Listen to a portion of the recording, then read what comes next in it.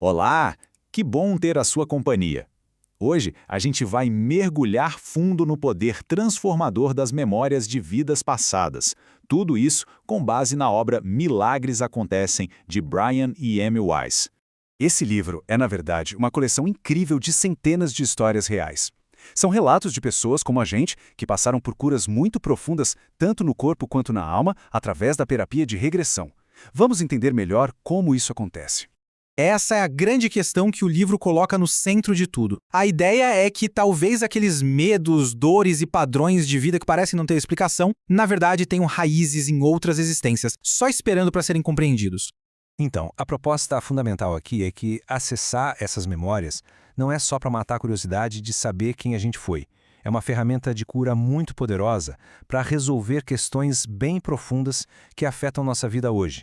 O livro mostra como o simples ato de entender a origem de um problema pode fazer o sintoma desaparecer.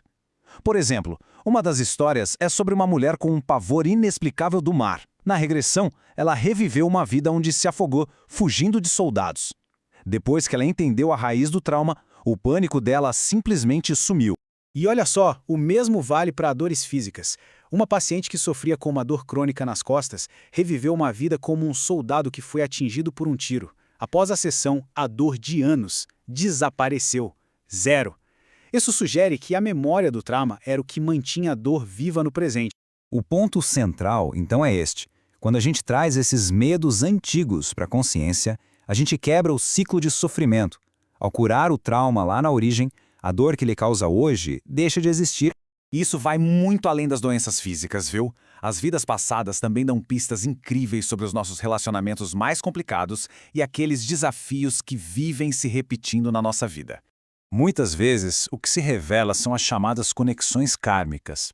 Sabe aquela atração ou conflito super intenso com alguém que a gente acaba de conhecer? Pode ter uma explicação em outras vidas. O livro conta o caso de uma mulher que, ao reviver a experiência de ter sido abandonada grávida pelo pai, que era um viking, finalmente entendeu de onde vinha sua solidão e desconfiança nos relacionamentos atuais. As histórias sugerem que até a formação das nossas famílias pode ser influenciada por almas que esperam um momento certo para se reconectar. Em um relato muito tocante, uma mulher, já frustrada com tratamentos de fertilidade, fez um apelo em voz alta para que uma alma a escolhesse. 9 meses depois, sua filha nasceu. No fim das contas, todas essas experiências individuais apontam para uma verdade espiritual muito maior, que fala sobre como todos nós estamos interligados. O livro reforça muito essa ideia de unidade, que não somos seres separados, mas sim partes de uma única consciência. Cada ação, cada pensamento, reverbera e afeta o todo. A gente não está se tornando um, a gente só precisa lembrar que já somos um. A história do Travis, um menino de 7 anos, ilustra um ensinamento central.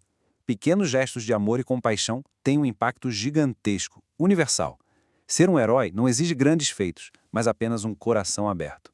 Legal, mas como a gente pode trazer toda essa sabedoria para o nosso dia a dia? A boa notícia é que essas histórias podem ser transformadas em passos bem práticos para o crescimento pessoal e a autocura. O livro nos ensina que, mesmo sem fazer uma regressão, podemos aplicar esses princípios.